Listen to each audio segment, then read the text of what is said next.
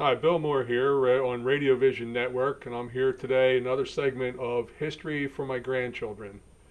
Today I want to talk about Burlington Island. It's a little known gem in the Delaware River, right in Burlington, New Jersey. It's right around the corner, and it's quite unique. Burlington Island has been a village, it's been a fort and trading post, it's been farms, at least four of them in 1900. It's been an amusement park, a world-class amusement park, and it's also been a mine. Now we've got a picture of present day. It's an aerial view. It's about slightly under 400 acres, okay, with a large lake in the center. It's about halfway between Trenton and Philadelphia, and it has a commanding presence on the upper Delaware River. Prior to the 1600s, Burlington Island was the site of the oldest known Lenape village.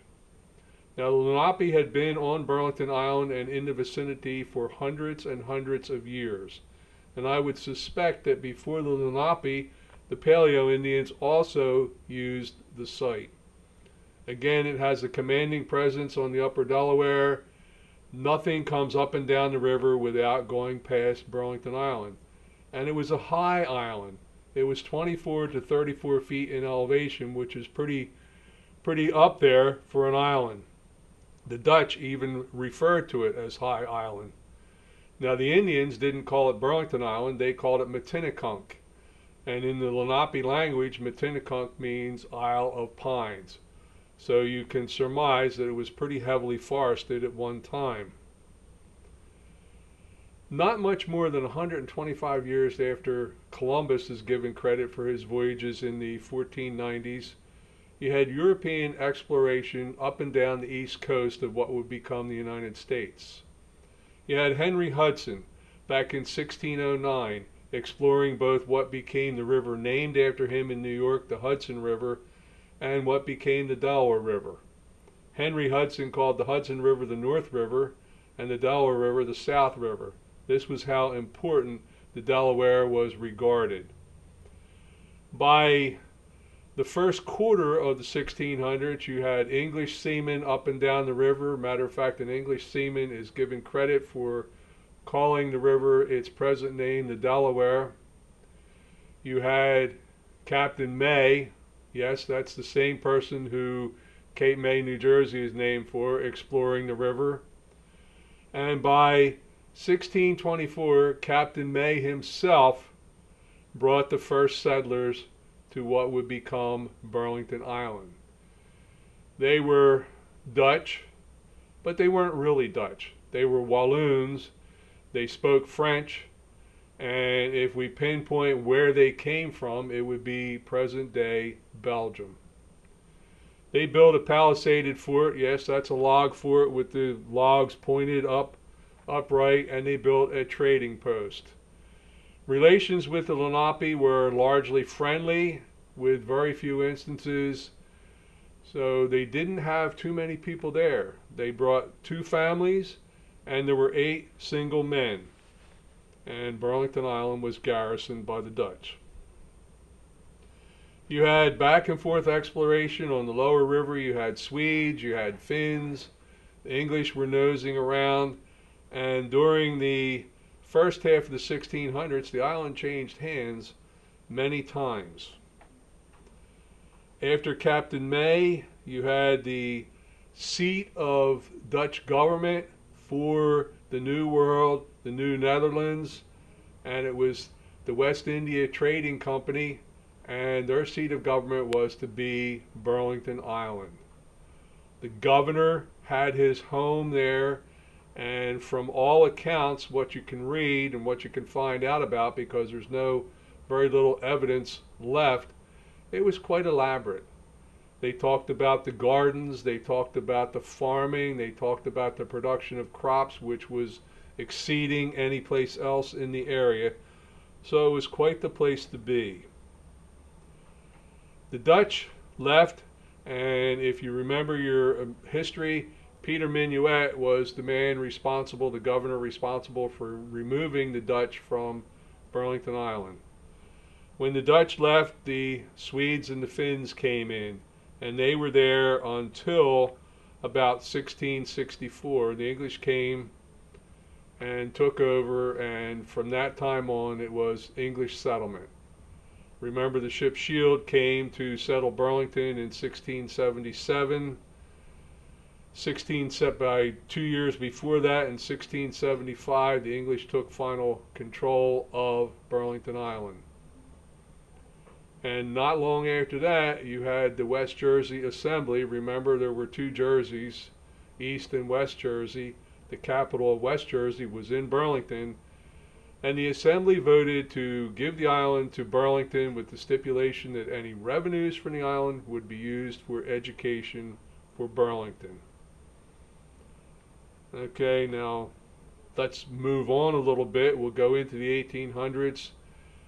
Their idea of revenue, they had farms out there. They allowed people to establish farms, and by 1900, there were 4 farms out there producing crops.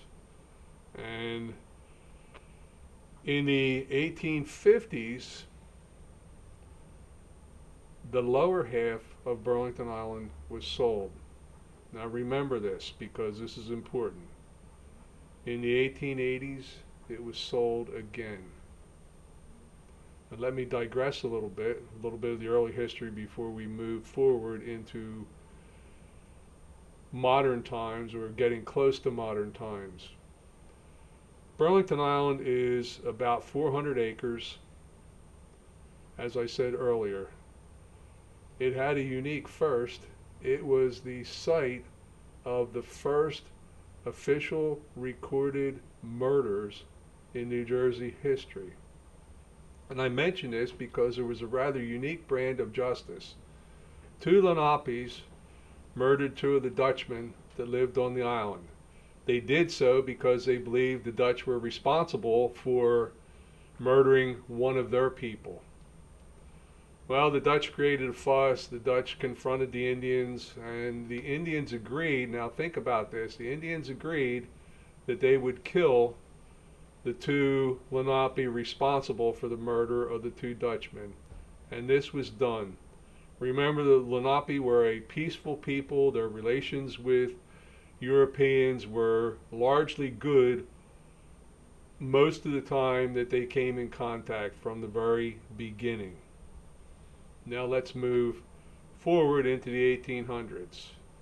The land sale was important because it gave outsiders the right to do things with the island. 1900, the lower portion was developed as a family picnic resort. They built a pier so that people could get there, because remember, there was no bridge, there is no bridge. They built a large pavilion, and they had many, many picnic tables. Why do I say many, many? Because in the season of 1902, in one day of that season, 4,000 people visited the island. That's 4,000 people. And this is in 1902. Okay, you can think, that was a lot of people on a 400-acre island, a lot of people. So it was reserved. Now we're going to take a moment to break for a commercial, and I'll resume talking about the development of Burlington Island as an amusement park. Sub some sizzle. This is the way.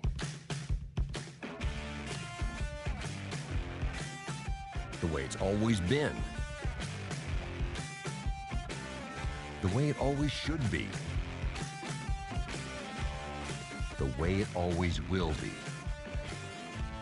Because that's just the way it's supposed to be. Jersey Mike's. Be a sub above.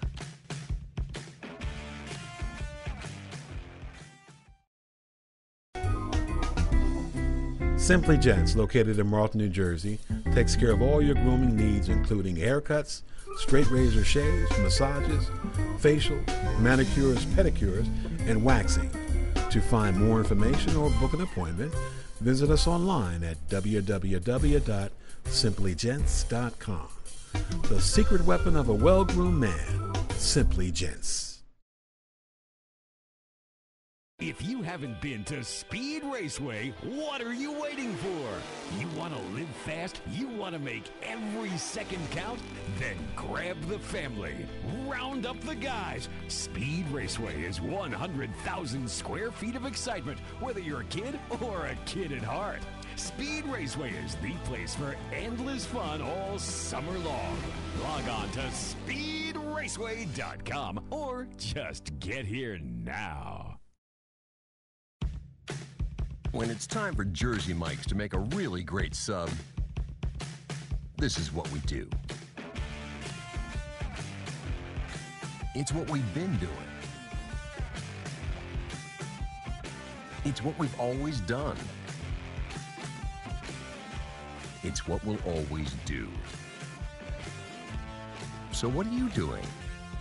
Jersey Mike's. Be a sub above.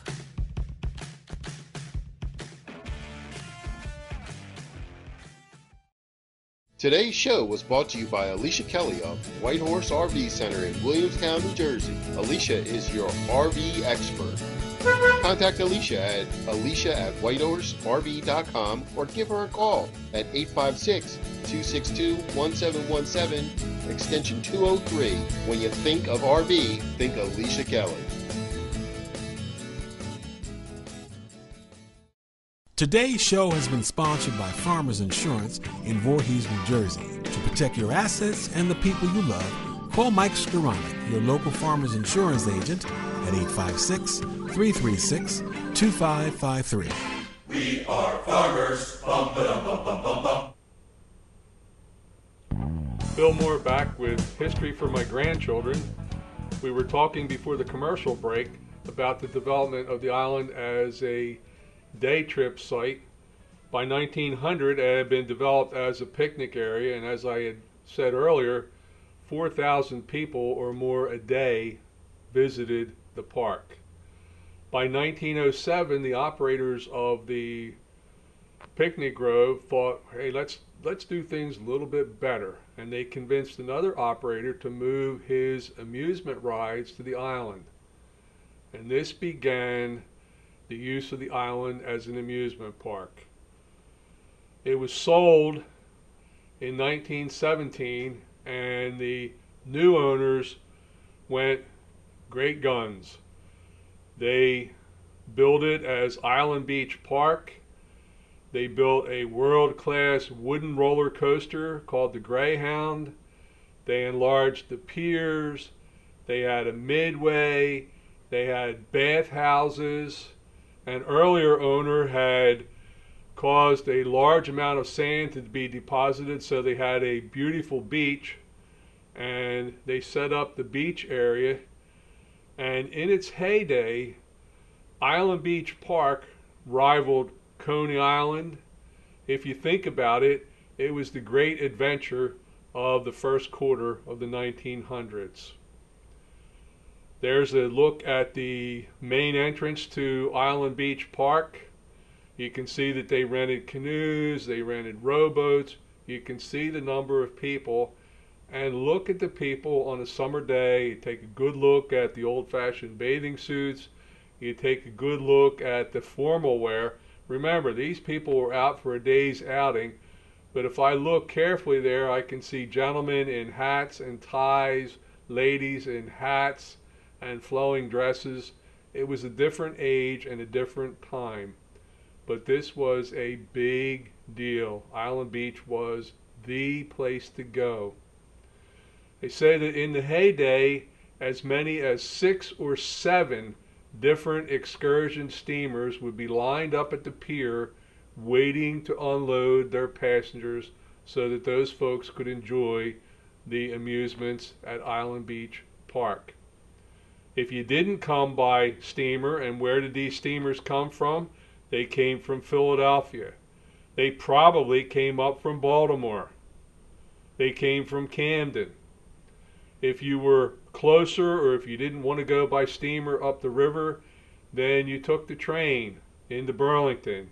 You disembarked at the Burlington station, you walked down to the waterfront in Burlington, and you took the local steamer, the steamer that plied back and forth between Burlington and Bristol. The William Doran, better known to the locals as the Billy Dorn, and that took you over to the park. Now I want to relate a little personal story at this time. My grandmother told me that she had visited Island Beach Park when she was a young girl. I did a little research, I did a little talking, and I found out that my grandmother met my grandfather at Island Beach Park. My grandfather was the love of her life. They had a marvelous, marvelous carousel at Island Beach Park. It was built by the Philadelphia Toboggan Company, and if you know anything about carousels, that was the premier builder. And if you look carefully there, look at those animals, the carvings, the paintings, it's beautiful. My grandmother rode that carousel when she was a young girl in the early years of the 1900s. Now, fast forward to just a few years ago, Hurricane Sandy, one of the largest and most destructive storms in New Jersey history, comes up the coast. I knew that the carousel had been saved from the Great Fire of 1928 on Burlington Island, and I knew that it had been taken to Seaside, where it resided and was in good shape. What I didn't know was whether it survived Hurricane Sandy. As soon as I could, I made some inquiries and found out that it had survived. And in the first fall after Hurricane Sandy, I made the trip to Seaside. It was still open, the carousel was there was no one on the carousel, and I walked out and I looked at it and I marveled. Now here was something my grandmother rode about 100 years ago, and here it was in all its glory. Out of nowhere, a voice said, "Do you want to ride the carousel?" And I looked, and there was the gentleman who was the caretaker. I said, "Yes, I certainly would." Here I am, almost 70 years old, approximately 70 years old, and I'm a little kid again. I'm on the carousel in Seaside, and I'm thinking, maybe I'm on the same horse that Grandma rode on. It was quite a moment. That carousel is still there. It's preserved. I believe it's owned by the city of Seaside or Seaside Park, and it's well taken care of. If you get a chance, go down there and look at a vestige of what was once Island Beach Park on Burlington Island. Things went well. Things went well from 1917 until 1928, and then disaster struck. A calamitous fire. A fire that destroyed many of the buildings, many of the amenities, and looming over the horizon in the not too distant future was the Great Depression of the 1930s. So the owners of Island Beach Park apparently were feeling the pinch, decided not to rebuild. Some of the ticket booths, some of the concessions were still there up into the 1970s. But most of what was Island Beach Park was gone as of 1928. We're going to take some time now to break for another commercial, and when we go back, I'll resume my story of Burlington Island. Not only on the river, but maybe in all the world, Burlington Island.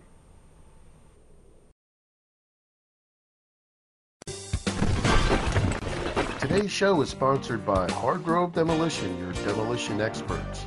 Hargrove is a family-owned and operated business right here in the southern New Jersey area, bringing you 45 years of demolition expertise. Hargrove has all your demolition needs, from emergency demolition service to demolition equipment rental. Hargrove is one of the state-approved recycling facilities right here in the southern New Jersey area. No job is too big or too small for Hargrove Demolition. Contact them today at one of their 3 locations. When it's time for Jersey Mike's to give a sub some sizzle, this is the way. The way it's always been. The way it always should be. The way it always will be. Because that's just the way it's supposed to be. Jersey Mike's. Be a sub above.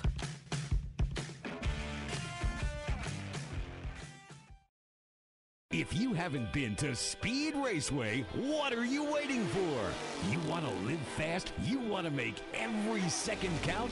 Then grab the family. Round up the guys. Speed Raceway is 100,000 square feet of excitement, whether you're a kid or a kid at heart. Speed Raceway is the place for endless fun all summer long.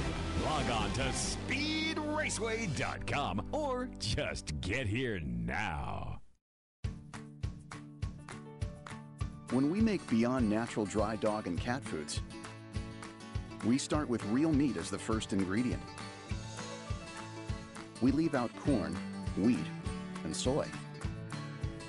And we own where our dry food is made. 100%. Can other brands say all that?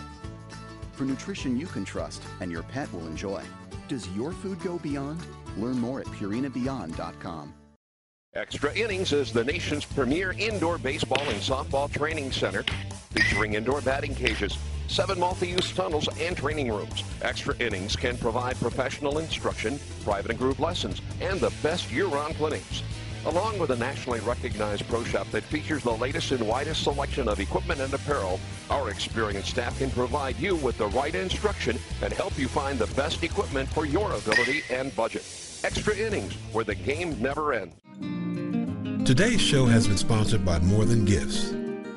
Come see our new location in Marlton, New Jersey. Not just gifts, but more.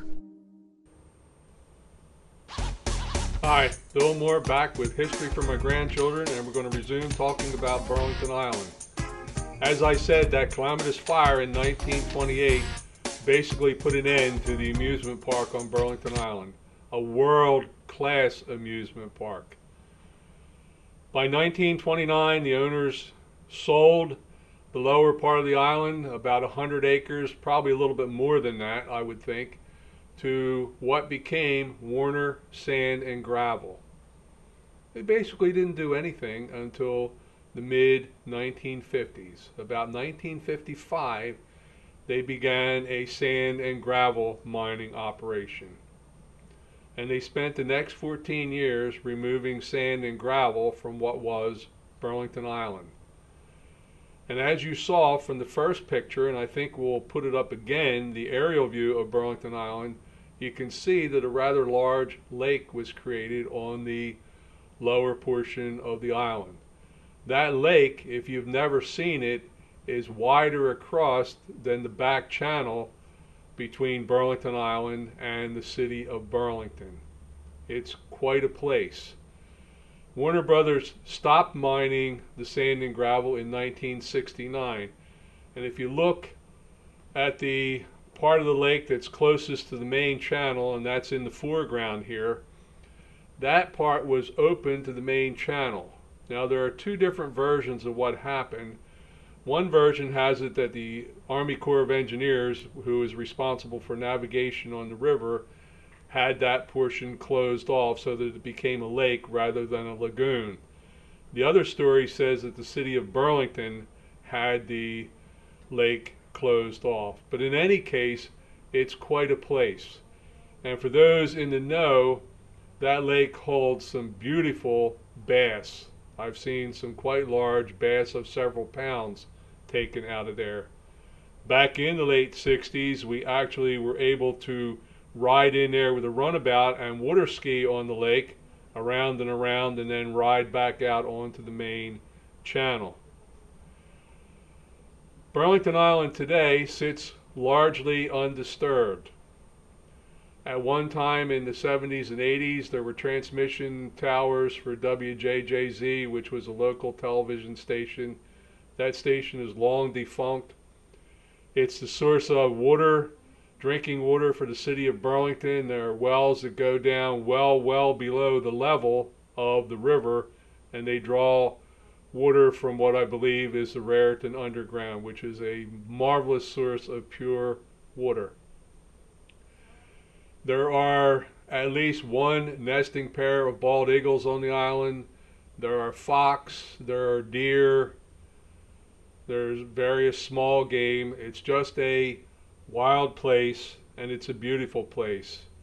I take my grandchildren up there and we kayak around the island, and on the river side of the island, the main channel side, there is still a beautiful sandy beach. No, it's not a white sandy beach like our Jersey Shore. It's brown sand, but the sand is the same fine quality. You take a picnic on that sandy beach and have your bathing suit and go out in the water, and yes, the river is clean. The river is cleaner today than it has been in well over 100 years. And you don't think you're in New Jersey. You think you are in some pristine place. You could be up in New England, up in Maine. You could be down south in the Carolinas. You could be in Georgia. You could be in Florida. You don't think that you're as close to major metropolitan areas that you are. Now, last week I talked about Emilio Carranza. I think you have some idea that I'm interested in aviation history.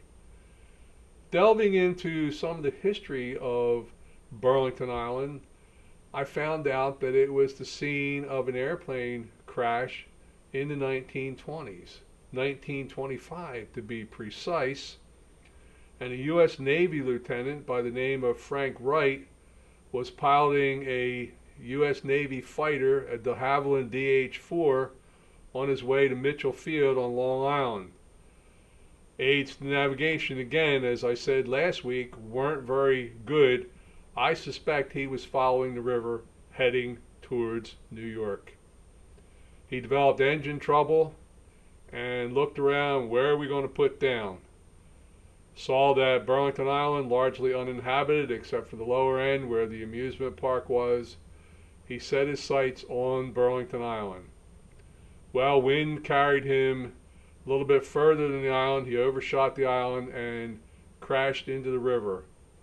He was recovered alive but badly injured, and sadly to say, about 2 weeks after, during surgery to correct some of his injuries, Lieutenant Frank Wright died.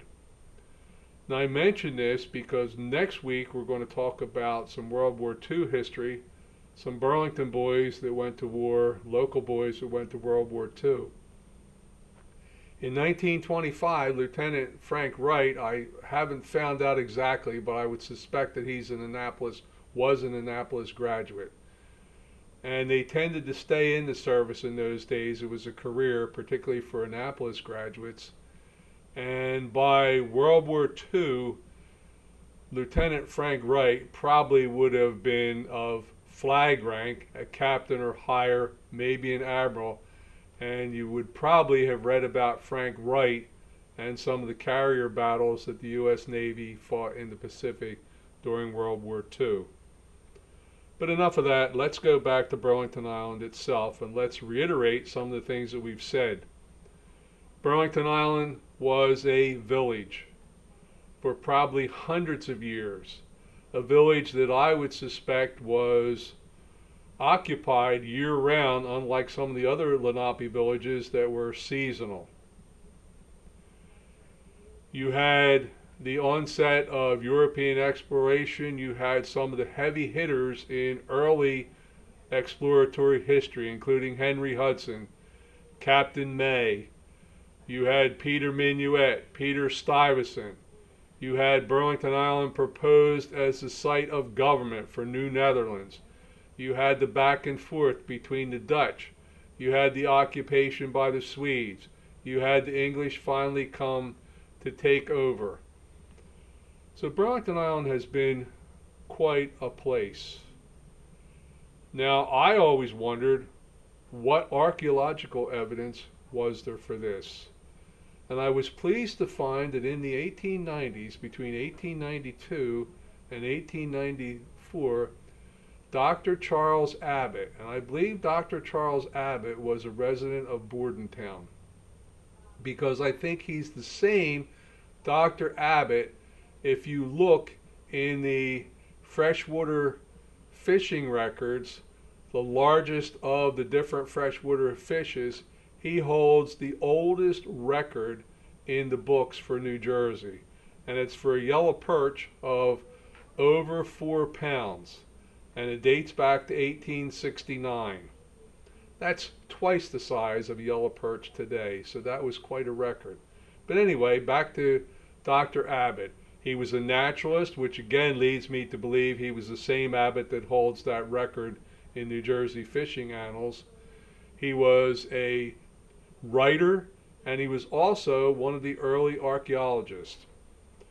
He was able to recover items from the Dutch occupation and also from the Indian occupation of hundreds of years before.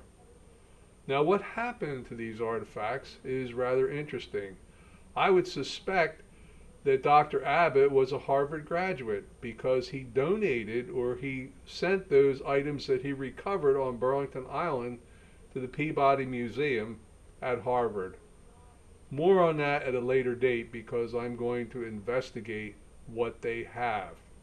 I also found out that at least one item that he recovered on Burlington Island from the Dutch period of occupation, he donated to the University of Pennsylvania, their museum.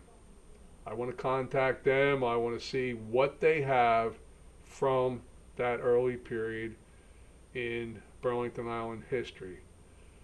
And I did neglect one other thing. We're going to mention Burlington Island on a later show when we talk about the Revolution. We talk about the crossing just a few miles south of Burlington Island.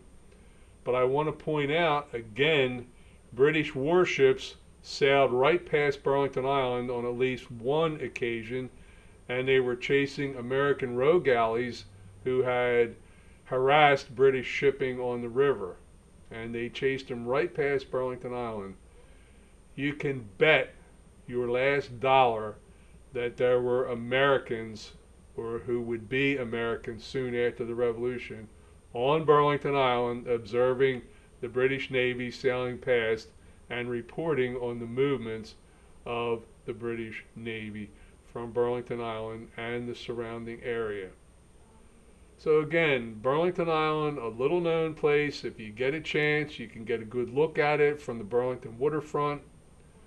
You can take a boat ride out onto the river. You can ride around the island. You can launch a canoe or a kayak or a small boat from the boat ramp in Burlington.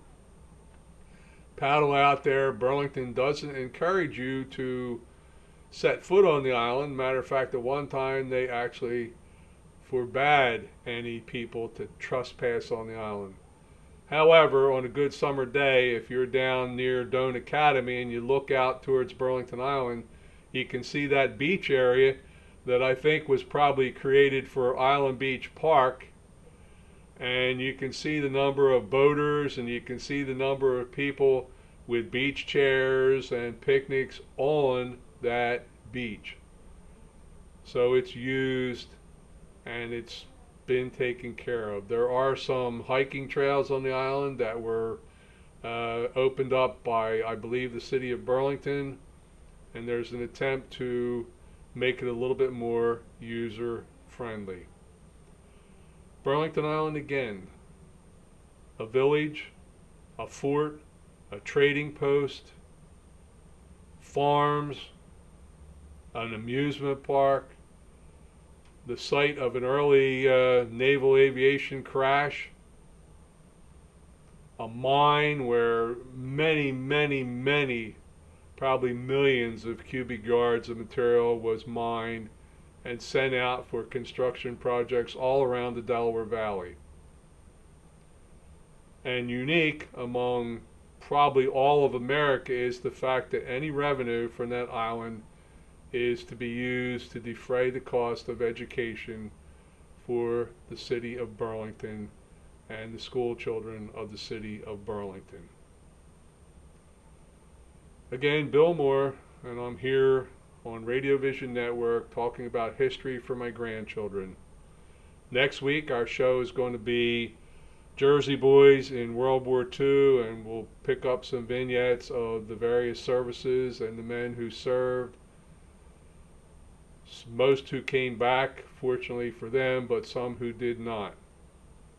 And again, we'll be talking about some things in the vicinity of Burlington Island.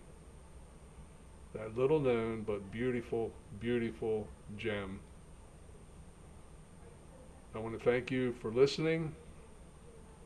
If you have any comments, you can contact us at our email account, whitebriar.com, www.whitebriar.com, and we'll be happy to hear from you.